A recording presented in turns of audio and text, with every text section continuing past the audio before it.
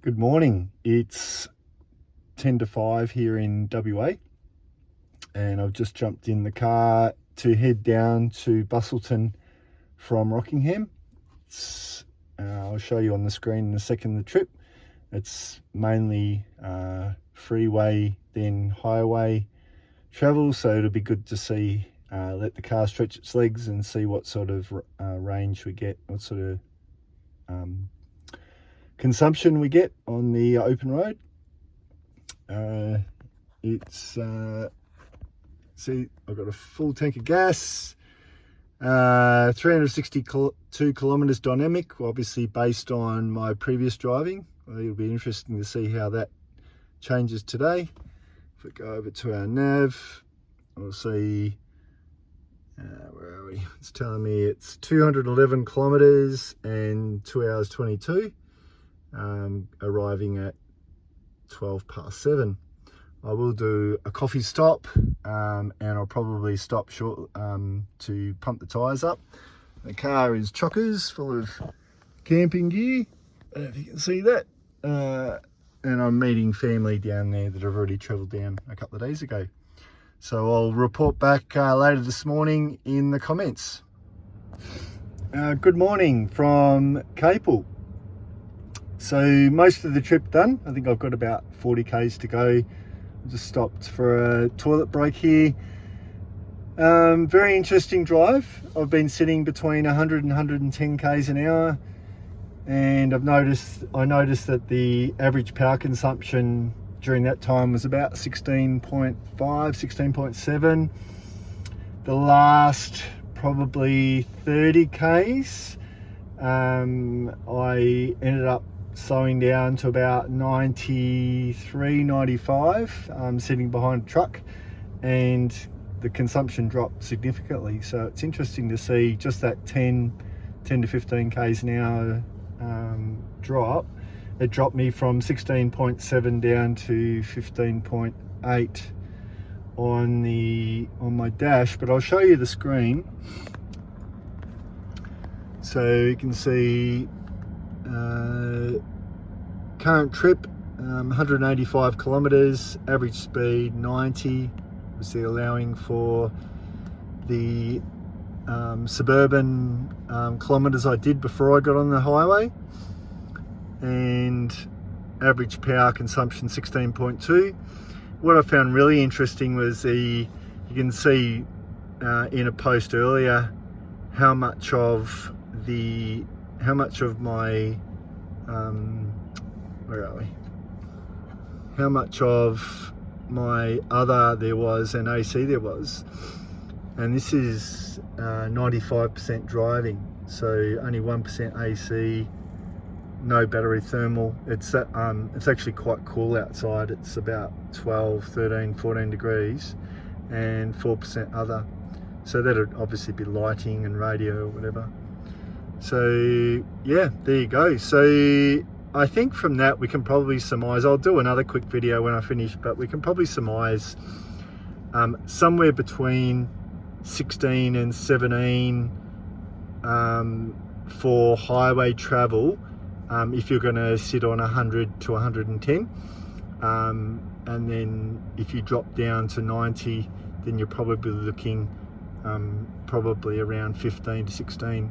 So yeah, there you go. Like I said, I'll do a summary when I finish, but that probably gives you most of what you need to know there. Okay, arrived at the other end, and pretty much what I reported on last time's remained true. We used 2% on AC, 3% other, so 95% of the power is being used for driving.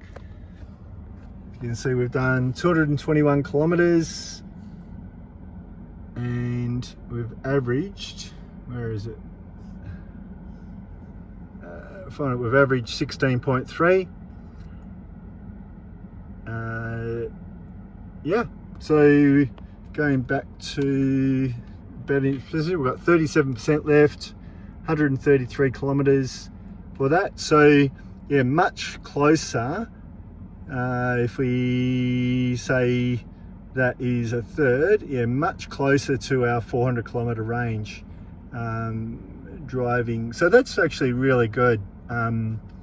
It's actually better than what I've been getting around town, but I've been using a lot more AC and a lot more other. So don't really want to know what that other is, but I think it may be because I've been sitting in the car lots playing with things, and yeah, so I'm impressed with that. That's good. One other thing I learnt from the trip: intelligent cruise control, great. I tend to have my elbow up on there, rest my hand lightly on the steering wheel, so let the intelligent cruise control keep me within the lane. What it'll do after a couple of minutes, if it doesn't feel you on the steering wheel, it'll say, please move the steering wheel slightly, or something, some words to that effect. It'll just be a little message that'll come up. If you don't do that, then you'll see a red glow, and it'll say, or orange glow, and it'll say, take control, or again, words to that effect. And then if you miss that, you'll see the hazard lights will come on, the car will just start slowing down. So it'll disengage acceleration, regen, hazard lights on, and it'll basically then take control. So it's really saying, hey, look, we think you're either falling asleep or whatever, and the car will slow down. So that's actually really good. I like that, the fact that it does that. But you do need, it does prompt you to be inputting into the steering wheel quite regularly. So yeah, so that's just something I learnt from the trip. I hope this has been of some use to you, and I hope wherever you are, you're having a great Easter. See ya. Hey WA guys, just thought I'd show you the RAC charger in Busselton at the caravan park down here, because you can be tricked by the instructions. So download ChargeFox app, go to this site, click on which station you want, and it'll tell you, it'll basically say wait for the instructions, but you don't. So as soon as you click on the charger, what happens is this green light will flash to say it's unlocked.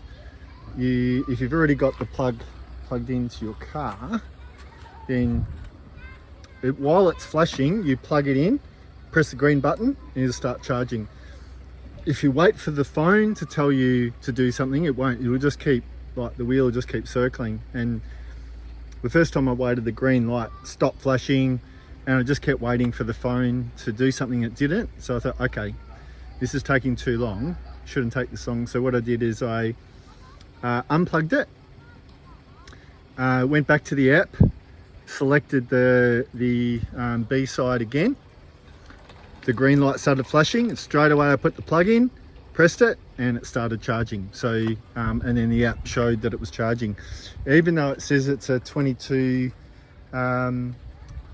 kilowatt charger. I think that must be for the total. So on just the one side, I'm only getting 9.8 kilowatts. So 400 volts, yeah, 9.8 kilowatts. So you can see there 4 hours 16 time remaining, but that's to take it from 37% up to full. So our campsite's just down the road, so I'm going to get someone from our group to come pick me up, and then I can come back and get the car later. But yeah, just handy to know. I got this Type 2 charger. You can see I've got a nice long lead, because I thought you never know where you're going to leave it. That's a 7-meter lead, and I got it from this mob DE. I don't know if there's any paperwork in here. Oh yeah, show you. This is a online mob, and they're quite cheap. I was put onto it by another user who raved about it, how good value they were. Find the brand. Oh, D-Power. About D-Power. Yeah, they're a big company. yeah, and I've been really happy. I've got their trickle charger, which goes up to 15 amps as well. You can have it at 10 or 15 amps. So there you go. That's type 2 to type 2 charging.